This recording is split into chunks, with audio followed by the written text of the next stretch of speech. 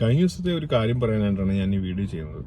നമ്മുടെ ഇൻട്രൂഡർ ഹിമാലയത്തിൽ കൊണ്ടുവച്ചാലും ഒറ്റയടിക്ക് സ്റ്റാർട്ടാകുന്ന മോട്ടോർ സൈക്കിളായിരുന്നു. ആ ഒരു വണ്ടി ഞാനൊരു 2-3 ദിവസം ഉപയോഗിച്ചില്ല.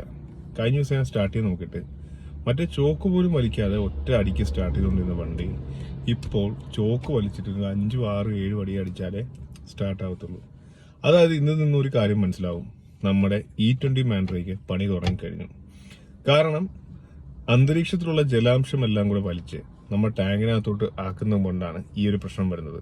എപ്പോഴും വണ്ടി സ്റ്റാർട്ട് ആവാനായിട്ട് പ്യുവർ ആയിട്ടുള്ള അല്ലെങ്കിൽ ഫ്രഷ് ആയിട്ടുള്ള പെട്രോൾ വേണം.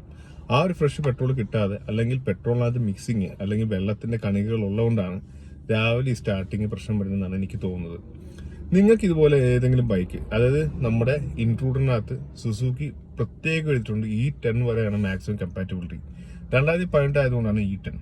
അതിന് മുമ്പോട്ടുള്ള മോഡൽസ് ഒക്കെ, അല്ലെങ്കിൽ 2007, 2008 ഒക്കെ ഇപ്പോഴും ഓടുന്നുണ്ട്.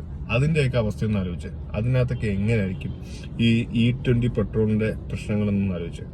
അപ്പം എനിക്ക് പറയാനുള്ളത് വെച്ചാൽ നിങ്ങൾക്ക് ഇതുപോലെ അനുഭവം ഉണ്ടെങ്കിൽ ഒന്ന് പറയാമോ? കാരണം എനിക്കിപ്പം ഭയങ്കര ഫ്രസ്ട്രേറ്റിംഗ് ആയിട്ട് വരും. ഇപ്പം സത്യം പറഞ്ഞാൽ ഡീസൽ കാറാണ് എനിക്ക് ബൈക്കിനേക്കാൾ സുഖം. കാരണം AC ഇട്ട് പോയാലും എനിക്ക് ഇതിനകത്ത് കറക്റ്റ് ഒരു 20 മൈലേജ് കിട്ടുന്നുണ്ടെങ്കിൽ ബൈക്ക് മുമ്പ് 50 കൃത്യമായി കിട്ടിക്കൊണ്ടിരുന്ന ബൈക്കിന്റെ മൈലേജ് ഇപ്പം ഒരു 43 തൊട്ട് 45 വരെയാണ്.